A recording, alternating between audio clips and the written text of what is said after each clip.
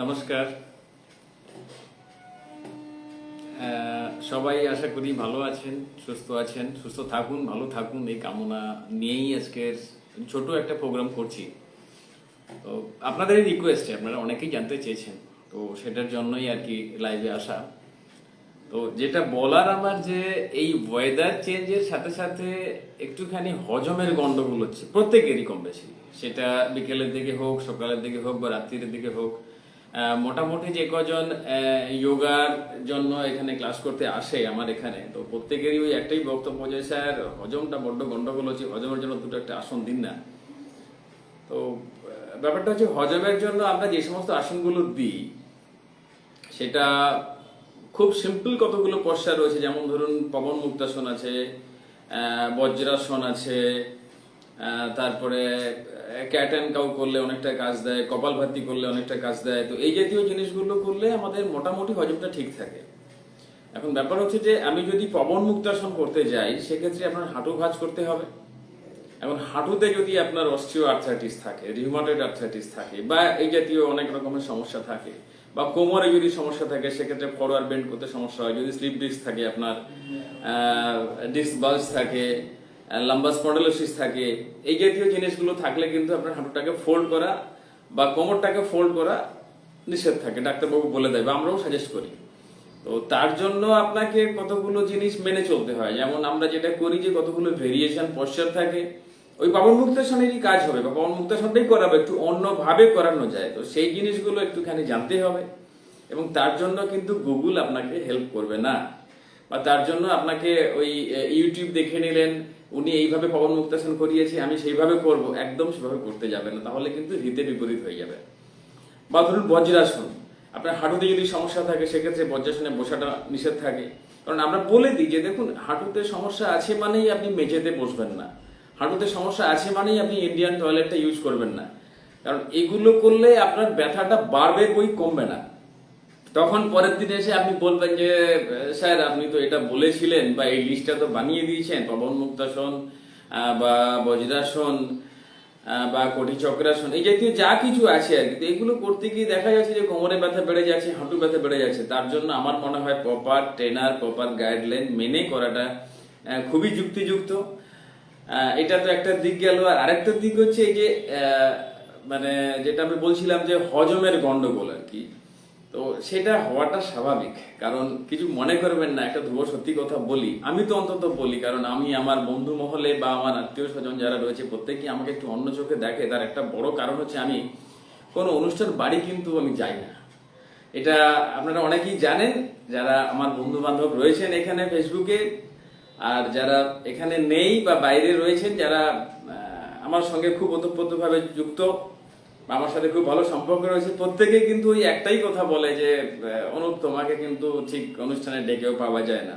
বিশ্বাস করুন, আমি এই মানে যেতে হবে, একটা গিফট নিয়ে যেতে হবে, সেই ভয়ে বা সেই লজ্জায় আমি যাই না, সেটা নয়।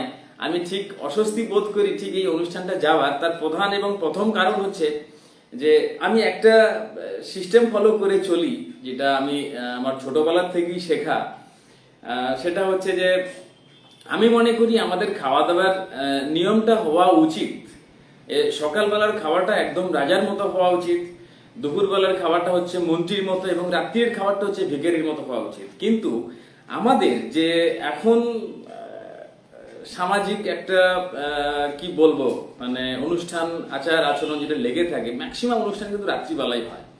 এবং রাত্রিবেলা যেটা হয়, মানে যে অনুষ্ঠানে যান না কেন আপনি, সেখানে কিন্তু রিচ খাবার হবে, এবং সেই রিচ খাবারটা খাওয়ার পরে রাত্রিবেলা ঘুমানোটা খুব চাপ হয়ে যায়, হজমটা ভালো হয় না, এবং সেক্ষেত্রে আমার স্টোমাক, আমার লিভার, এগুলো কোনোটাই পারমিট করছে না ঠিকঠাক। অতএব আমি সুস্থ শরীরকে কোনোভাবে অসুস্থ করতে চাই না। এটা হচ্ছে প্রথম এবং প্রধান কারণ। হ্যাঁ, কারণ রাত্রিবেলায় আমি যে মানে পদ্ধতিটাকে অবলম্বন করলাম বা করছি, সেটা আপনাদেরকে বললাম যে সকালবেলার খাবারটা হচ্ছে রাজার মতো। অর্থাৎ সকালবেলা আমি একটুখানি ভারী খাবার, যে খাবারটা মোটামুটি আমার সারাদিনে একজন পুরুষ মানুষ হিসেবে যতটুকু ক্যালোরি থাকার দরকার বা যতটুকু প্রয়োজন, আমার 1500 থেকে 2500 কিলো ক্যালোরি, সেটা আমার হয়ে যাচ্ছে। কিন্তু আমি সেইটা যদি রাত্রিবেলা নিই, তাহলে কি হবে, আমি সকালবেলা এই খাবারটা খাওয়ার পরে সারাদিন মুভমেন্ট, সারাদিন কাজকর্ম, এদিক ওদিক হাঁটা চলা, দৌড়া দৌড়ি যা কিছু করার করে বেড়াচ্ছি, তাতে কিন্তু আমার হজমটা হয়ে যাচ্ছে, অর্থাৎ কিনা ক্যালোরি বার্ন হয়ে যাচ্ছে। রাত্রিবেলা ওই খাবারটা খাওয়ার পরে আমি কিন্তু বিছানায় যাচ্ছি, কারণ তখন রাত্রিবেলা নিশ্চয়ই আমার কাজ করার মতো সেরকম কিছু থাকে না, যদি থাকে সেটা অফিসিয়াল কিছু কাজ, এবং সেটা ল্যাপটপে বসে বা মোবাইলে কিছুক্ষণ বসে 1 ঘন্টা 1.5 ঘন্টা জেগে থেকে সেটুকু, তাতে তো আমার হজম ভালো হবে না। তার জন্য আমাকে কায়িক পরিশ্রম অর্থাৎ দৈহিক শ্রমটা করতে হবে, দৈহিক শ্রমটা আমি করছি না, সেক্ষেত্রে আমার হজম তো হবে না, এবং হজম না হলে পরের দিন সকালবেলা যে সমস্যাটা হওয়ার কথা সেটা হবে। আর যারা বিশেষ করে অনুষ্ঠানগুলোতে যান, প্রত্যেকেই যান কম বেশি, তো আমাকে মানে মাফ করবেন, আমি খুব সত্যি কথাটাই বলে ফেলছি। আমি কেন যাই না সেটা আমি বলছি, আপনারা কেন যান সেটা আপনাদের কাছে সেই উত্তর রয়েছে, কিন্তু আমি যাই না ঠিক এই কারণে। এবং আমার না যাওয়ার পেছনে আরো অনেকগুলো কারণ রয়েছে। দেখুন, আমি অনুষ্ঠান বাড়িতে গেলাম, গিয়ে গলা পর্যন্ত, অনেকেই বলে যে আমি একদম পুরো গলা পর্যন্ত ঠুসে খেয়ে এসেছি, মাংসটা খুব ভালো হয়েছিল, মাটনটা আরো ভালো হয়েছিল, ভেটকি মাছের পাতুরিতে মানে পাতে দেওয়া মাত্রই আমি পুরো সাটিয়ে দিয়েছি 5টা 7টা 10টা এরকম। মানে এটা গর্ব করার কিছু নয় ততক্ষণ পর্যন্ত যে আমি এটা খেলাম, এবং খেয়ে ঘরে না আসতে আসতে রাস্তায় কোনো ওষুধের দোকান খোলা আছে কিনা, কিংবা কোনো মুদি দোকান খোলা আছে কিনা যেখানে থামস আপ পাওয়া যাবে কিনা, যেখানে স্প্রাইট পাওয়া যাবে কিনা, যেখানে ইনো পাওয়া যাবে কিনা, সেটা খুঁজতে হবে। আমার মনে হয় ওই রকম খাবারটা না খাওয়াই ভালো, কারণ খাওয়ার জন্য একটা চিন্তা, খাওয়ার পরে আবার একটা চিন্তা হজম করার জন্য, মানে পেট ভরানোর চিন্তা, আবার পেটটা কি করে হালকা করবো সেটারও একটা চিন্তা আমাকে রাখতে হচ্ছে। আমার মনে হয় সেরকম খাবারটা আমি অন্তত পছন্দ করি না। বাকিটা আপনাদের মতামতের উপরে ছেড়ে দিলাম। অন্তত চেষ্টা করবেন নিজেকে সুস্থ থাকার জন্য বা সুস্থ রাখার জন্য যেটুকু করার দরকার সেটুকুই, অর্থাৎ কিনা রাত্রিবেলার খাবারটা একটুখানি অল্প স্বল্পাহারী রাত্রিবেলা খুবই ভালো। ইভেন এটাও যদি করতে পারেন অন্তত 15 দিন 20 দিন অন্তর একবার করে রাত্রিবেলা খালি পেটে অর্থাৎ না খেয়ে ঘুমানোটাই হচ্ছে যুক্তিযুক্ত। কারণ তাতে কি হয়, আপনার ভেতরকার মানে আমরা যেটা বলি GI track, gastro intestinal track যেটা রয়েছে, সেটা অন্তত রেস্ট পায়। কারণ এক না একদিন আপনার ফিজিক্যাল মেন্টাল এটাকে রেস্ট দিতে হয়। যেমন আমরা মেন্টাল রেস্ট নিই ঘুমের জন্য, ঘুম যখন আমরা দিই তখন মেন্টাল রেস্টটা পাই, কিন্তু ফিজিক্যাল রেস্ট আমাদের কোনো সময় খুব একটা বেশি হয় না।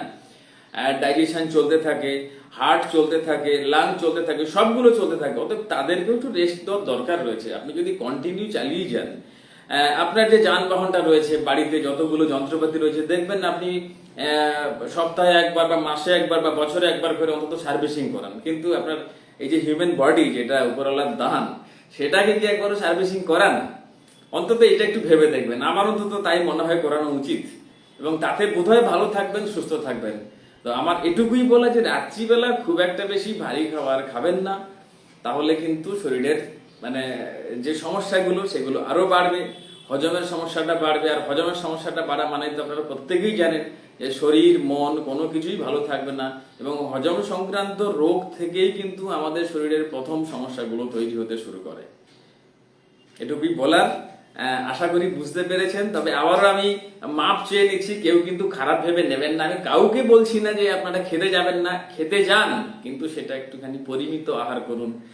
অনুষ্ঠান বাড়ি যান, কিন্তু সেটা একটু মেপে, মানে এমনটা করবেন না যে ওখান থেকে খেয়ে না বেরোতে বেরোতে ওষুধের দোকান খুঁজতে হবে, ওখান থেকে খেয়ে না বেরোতে বেরোতে পকেট থেকে ইনোটা বার করতে হবে, ওখান থেকে বেরোতে না বেরোতে আপনাকে একটা থামস আপে বা স্প্রাইটের বোতল কিনে খেতে হবে।